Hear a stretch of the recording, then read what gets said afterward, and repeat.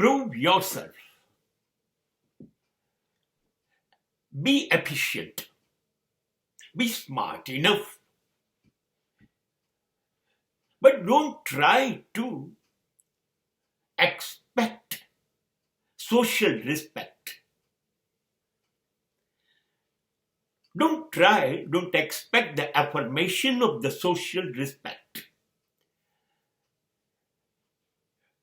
તમારી આવડત શ્રેષ્ઠમાં શ્રેષ્ઠ સાબિત કરવો તમારો હક છે.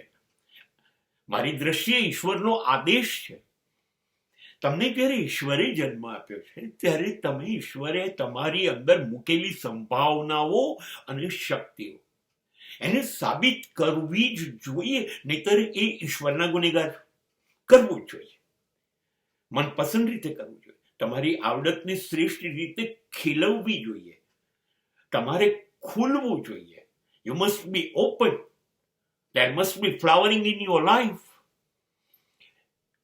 But exactly do it silently.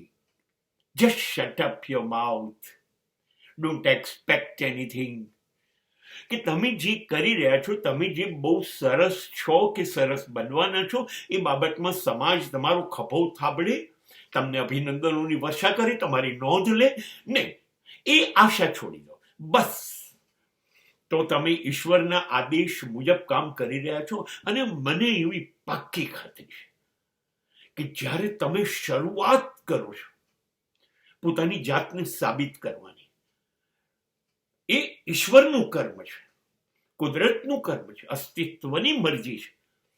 એટલા માટે તમારું એક પગલું અને સામે અસ્તિત્વની મરજી હશે તમારી તરફ 100 પગલા ચાલવાની. ઈશ્વર બાકીનું બધું કરી દેશે. ખાલી પહેલું ડગલું તમે ચાલી લો, બાકીનું એ સંભાળશે. અરે ઈશ્વર જો સંભાળતો હોય તો સમાજની ક્યાં જરૂર છે તમારે?